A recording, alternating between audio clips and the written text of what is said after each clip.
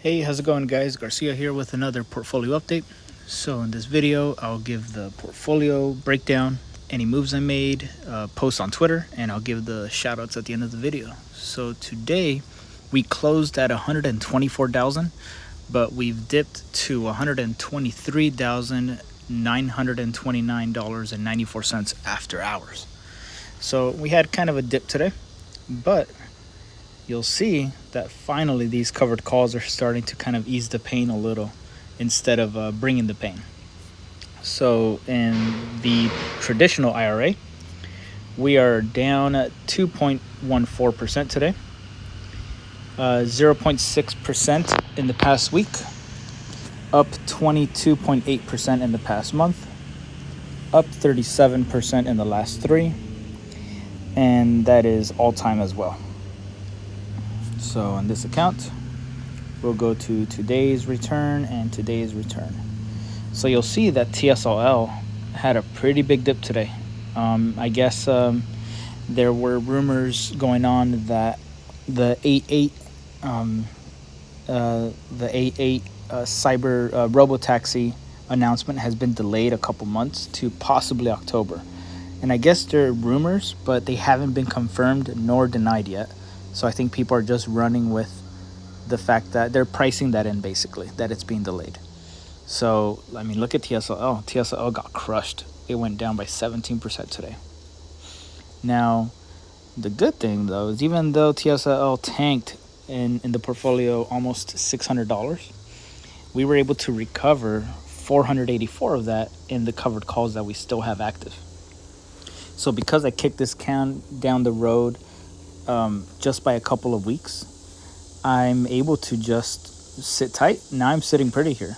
I'm sitting pretty on, I mean, now these are my break even. This is way below my break even now. So now I could just sit here and just wait for this, to get closer to the expiration date. And I might just close this out at 70-80% at this point, instead of being totally underwater and kicking it down the road too far out. So pretty excited about that. So let's see. So yeah, so look at that. So even though TSLA tanked like 17%, we're only down 2% in this portfolio.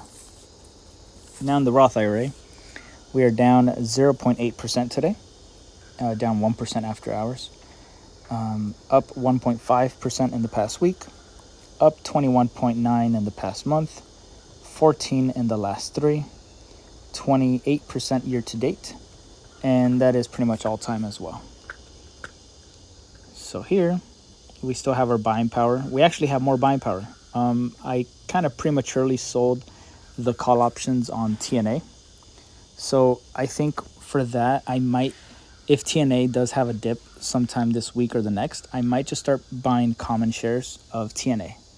It's already a leveraged ETF, so I think I'll just do better by just kind of like dollar cost averaging onto shares of a triple leveraged ETF instead of just YOLOing on call options that are already kind of, they were a little illiquid for my taste.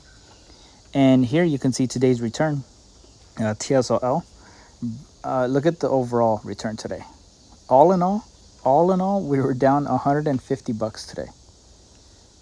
So the covered calls are doing work. The covered calls on TSLA did work today because TSLA went down $1,800 today. And, you know, the covered calls, no, and actually, this is actually not taking into account that it's tanked a little bit more after hours. So this return that you're seeing here, today's return, I believe, I'm not sure if it's going to show it. I'm not sure if it's going to change it, but I think the numbers are closer than what they show here. I think today's return on TSLA was maybe like $1,600, and we recovered $1,400 of that through the covered calls. So, you know, goes to show that when things, you know, do dip or stay flat, that's where you see the power of the covered calls. So, you know, kind of seeing it in action here. All right, so let's go to the big account. The big account today is down 1.8% today, up 3.8% in the past week, up 16% in the past month, up 26% in the last three, 43.6% year to date, 22.6% in the past year, and 13.6% all time. And here you'll notice the buying power dropped a little bit. We had around 9,000 something yesterday, but today I bought the dippy dip on Palantir. So you'll see here, we have a couple more shares here. The average cost is going up, and I'm not afraid to average up. Man, you guys hear that cicada? You guys heard how quiet it got? I thought cicadas were dead. It looks like this might be a different, I guess, breed or a different variant of the cicadas that come out later. I thought they were all gone, but oh well. So here, what was I talking about here? Oh yeah, so I added more shares today. I think I'll show here how many I got. So I added a total of 50 shares today. So in the morning, I bought 25 shares at $27.17, and I was able to get the bottom of Palantir today, the intraday bottom at $26.97. I bought another 25 shares. So in total, 50 shares added to the stack, and I have reinvigorated my own focus into just collecting more shares of Palantir. I'm just going to keep doing that. I mean, it's what's been working. As long as they keep executing, I'm just going to keep, DCAing, and instead of being very mechanical as far as like every Tuesday I'm going to buy 25 shares, I think I might just be a little bit more picky where I'll buy on a dip, and I'll just kind of take advantage of, be a bit more, I guess, tactical on when I buy it. But I do want to buy it more often. So today's return. So yeah, so even though today's return on Palantir was negative $3,000, the covered calls returned $1,200, and the cash secured puts were down by $378. So that's where you have the net. And I wonder if I'm now outperforming Palantir. So, because when it was running up, I wasn't really protected to the upside. 3.6% in the past week. 3.6% in the past week. So hey, excuse me. So I'm, kind of like back on track with outperforming Palantir. So 15.6% in the past month, 14.4% in the past month, 21.6% in the last three, 25% in the last three. So hey, that's all I want to do. I want to just keep outperforming Palantir, because if I can't outperform Palantir buying and selling puts and calls, then I have no business, selling these options and putting more stress in the portfolio if I can't even outperform it. So I'm just gonna keep buying shares with the premiums that I receive and staying focused. So here, total return.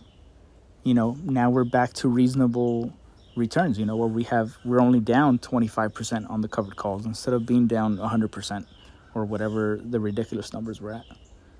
So I think we might see the end of this. Maybe Palantir will thread the needle between 27 and 28.50, and we might get to see max profit on both of these, where you'll see the 1,700 and 3,500 drop down to, a couple $100 each. That would be sweet. So let's go to Twitter. So here, looks like CPI came in a little cooler than expected.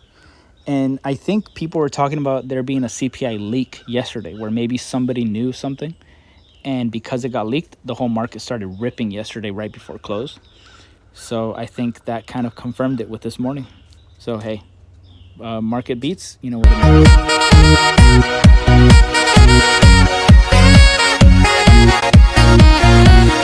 Gen Z boss in a mini. That was like one of those cringe Gen Z videos, I guess. One of those trends.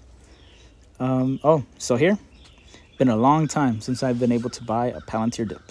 It's nice to be able to post a dip screenshot. It's been a minute since I sniped the intraday bottom on Palantir, and I love posting this guy whenever I buy the bottom of the day. Oh, I know.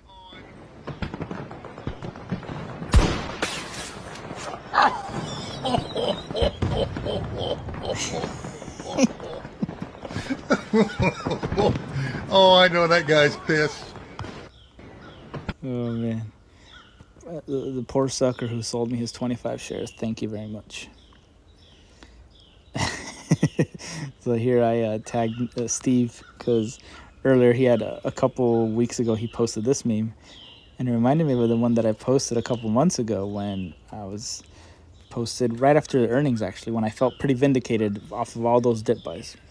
Mr. Garcia, how many times did you buy Palantir in the last 9 months? 50 times? More. Quite a few times. 50 times? More. 100 times? More. 200 times? More. 500 times? Probably. Quite a few times. 50 times? So here, I would like to 100 thank my times? past self for ignoring 200 everyone who times. talked about Palantir being 500 overvalued at times. $15. And here Chad was talking about a conversation, just to summarize the conversation with the customer, is that, cloud providers, they basically present these solutions, quote unquote, to customers. And all that happens is that their costs go up. They get shown these like nice and pretty numbers on a PowerPoint on how much they'll be able to save. And when it comes time to actually save, they can't really figure it out. So no one tells you how fragmented these cloud provider tools are within their own cloud. We spend so much time and resources doing this instead of adding value.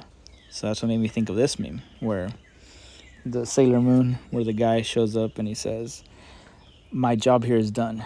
And she says, "But you didn't do anything." And he leaves all proud. And I'm pretty sure that's what they feel like. And I think that's it for today.